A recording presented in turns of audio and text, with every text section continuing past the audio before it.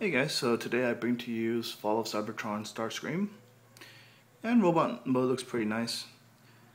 Immediate problems I have with it, this huge gapage in the chest, you can see it right through there. You can see my finger on the other side.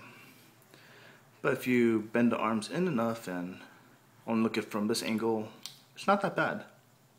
It's not that bad at all.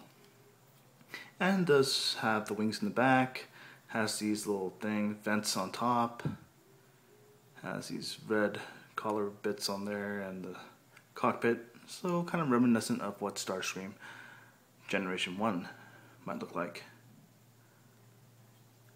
And then here we go, and it does have a little bit of articulation in the foot, this bend in, so you could have a little bit of a wide stance to it. The foot actually goes in and out, but that's due to the transformation.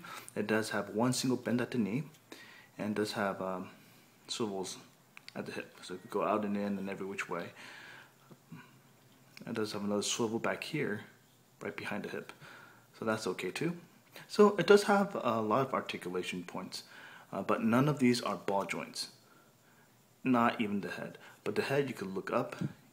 This is the furthest down it goes, or straight, then it goes side to side. But the head will only look up because of the transformation. And I had some QC issues with mine. This tab right here, right where my thumbnail is, it broke. This one's slightly longer and narrower, and I guess that's what happened. It just snapped on mine. And there's also molding details I like about this. You can see on the inside there's a little bit of molding detail. Definitely on the inside you see lots of it.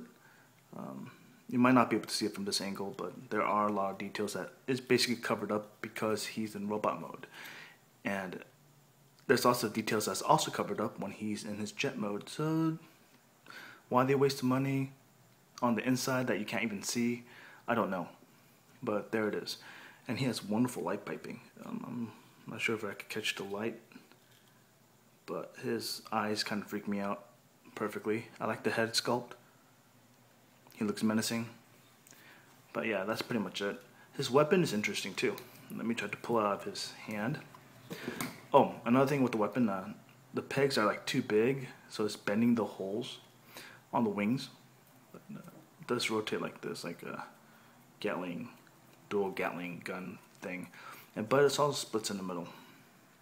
I guess these are supposed to be null rays or something like that, but it's not. And it's really hollow inside. What do you expect? If you have to cut costs somewhere, let it be somewhere that's not that important. But I wish they gave him regular null rays. That'll be so much better. There's nothing really else about this figure. Oh, and the transformation is quite simple. You just tuck in the feet, which I already did with my thumbs, if you didn't see that. Then basically, you could pull this part back, and there's a double hinge right there, right behind his head. Just pull it away a little bit. You want to rotate the head. I should have done that first. Sorry guys if I'm blocking the light. Rotate the head, put that down. Fold these red bits up. There we go. So basically there's your body of the ship. Before you put in the legs, you have to put in the arms, which are kind of straightforward too. Just tuck them in, bend them at their elbow and tuck them in. That's basically the whole thing. They do have a peg right here and a hole right there, a tab and a hole, and then you just put them together. But you don't really have to because they stay together pretty well. And those holes, I don't think you really use them. They're just there for the null ray, I guess G1 reference. But it doesn't look good if you put them on the arms anyways, so there's no real point. Okay, and then for the legs, you just fold these straight on up.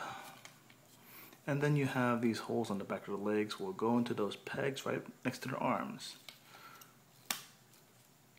And they stay in there pretty well. Fold the wings down, pull out the nose cone, and there you have the jet mode. This part they could have hit the head a little better. There's also a little gappage right in the middle. But they do a pretty good representation of the show, of the game, sorry, Follow Cybertron. But they give the triangle look, they tried to give a triangle look to it. Pre-Earth days, I guess. Then you could put these guns on. I see I have some stress marks right here. Well, you might not be able to see it actually, but they're there. Then you could put these on the bottom to give him weapons of mass destruction. And there he is in jet mode. It's okay. It's okay. I like Kickback a lot better. Maybe only because I don't have... Nah, Kickback is just better. I like Jets, but Kickback is better. But there's less apparent, visible flaws on this guy. I mean, I'm happy I have him, and there's gonna be lots of repaints for lots of other characters.